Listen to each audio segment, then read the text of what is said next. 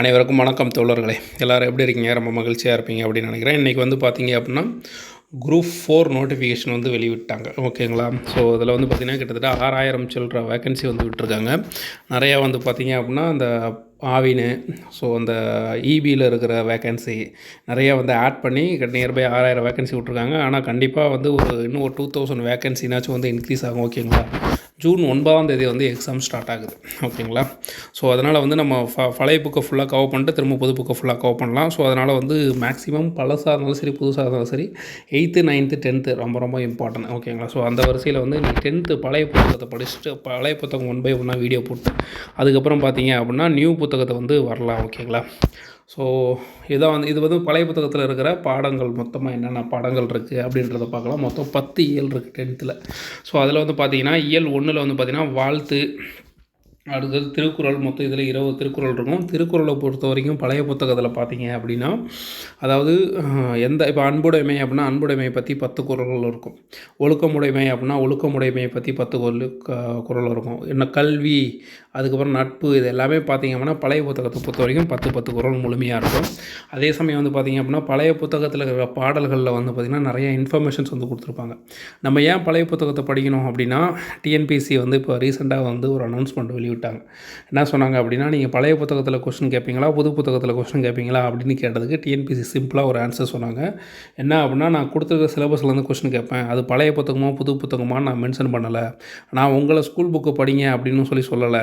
So என்னோடய வேலை வந்து பார்த்தீங்க அப்படின்னா, நான் வந்து பழைய புத்தகத்தில் அது ரிலேட்டடாக எங்கெங்கே டீட்டெயில்ஸ் இருக்கோ அங்கே வந்து கொஸ்டின் கேட்பேன் அப்படின்னு சொல்லிட்டாங்க.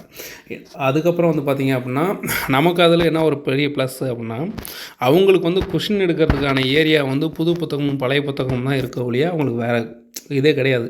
அவங்களுக்கு வேறு சோர்ஸ் கிடையாது. படிக்கிறதுக்கு நமக்கு எப்படி பழைய புத்தகம் புது புத்தகம் தான் ஒரு சோர்ஸாக இருக்கோ, அதே மாதிரி தான் டிஎன்பிஎஸ்சிக்கும் வந்து பார்த்திங்க அப்படின்னா கொஸ்டின் எடுக்கிறதுக்கு பழைய புத்தகத்துக்கும் புது புத்தகத்தை விட வேறு எந்த சோர்ஸும் அவங்களுக்கும் கிடையாது.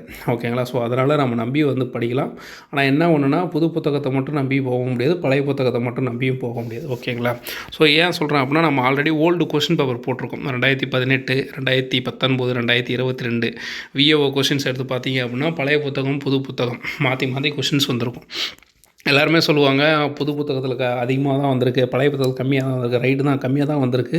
ஆனால் தமிழை பொறுத்த வரைக்கும் அந்த 15-20 கொஷின்ஸ் தான் என்ன பண்ணும், மிகப்பெரிய ரோல் ப்ளே பண்ணும். 15 கொஸ்டின், ஒரு 10 கொஸ்டின் முன்னாடி போட்டிருந்தால் நம்ம வந்து போஸ்டிங் கிடச்சிரும்.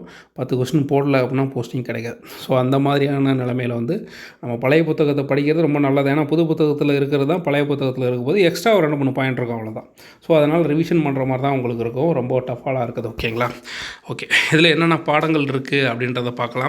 வாழ்த்து, திருக்குறள், ஏலாதி, உயர்தனி, செம்மொழி, பரிதிமார் கலைஞர், எழுத்து. ஸோ இதில் வந்து பார்த்திங்க அப்படின்னா பரிதிமார் கலைஞரை பற்றி புது புத்தகத்தை விட பழைய புத்தகத்தில் நிறைய கண்டென்ட் இருக்கும். ஓகேங்களா?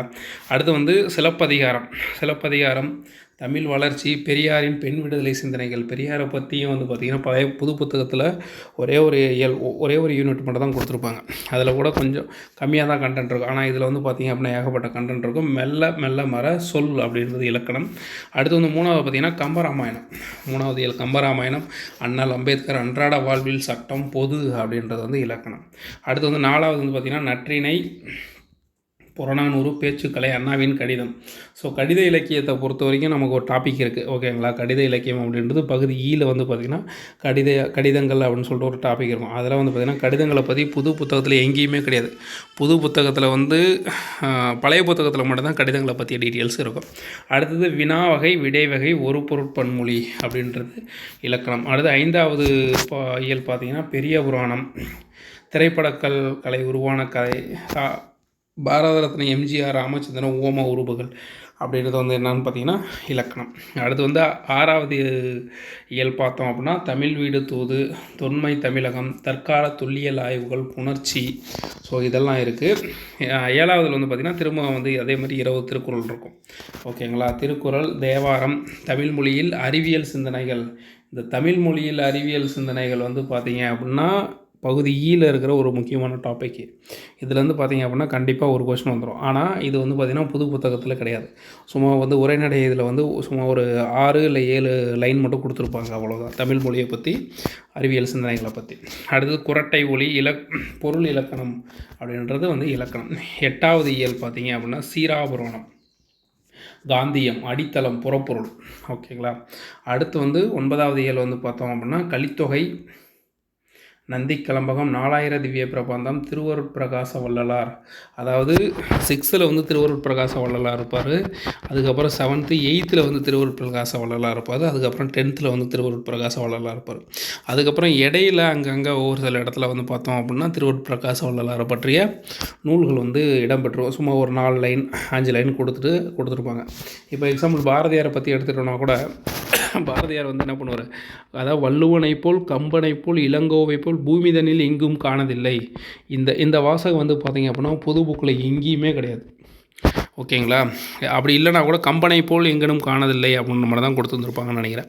சாரி, கம்பனையாக இளங்கோவை போலவோ ஏதோ ஒரே ஒரு பேர் மட்டும் கொடுத்துருந்தோம். ஆனால் பழைய புத்தகத்தில் பார்த்திங்க அப்படின்னா இந்த டீட்டெயில்ஸ் வந்து ஃபுல்லாக இருக்கும். ஸோ அது இதெல்லாம் ஒரே இடத்துல இருக்காது, ஒவ்வொரு இடத்துல கொஞ்சம் கொஞ்சமாக இருக்கும். ஸோ அது கூட வந்து பாரதியாரை பற்றி படிக்கிறது எங்கெங்கே இருக்குது, அடுத்து புது புக்கு, பழைய புக்கு.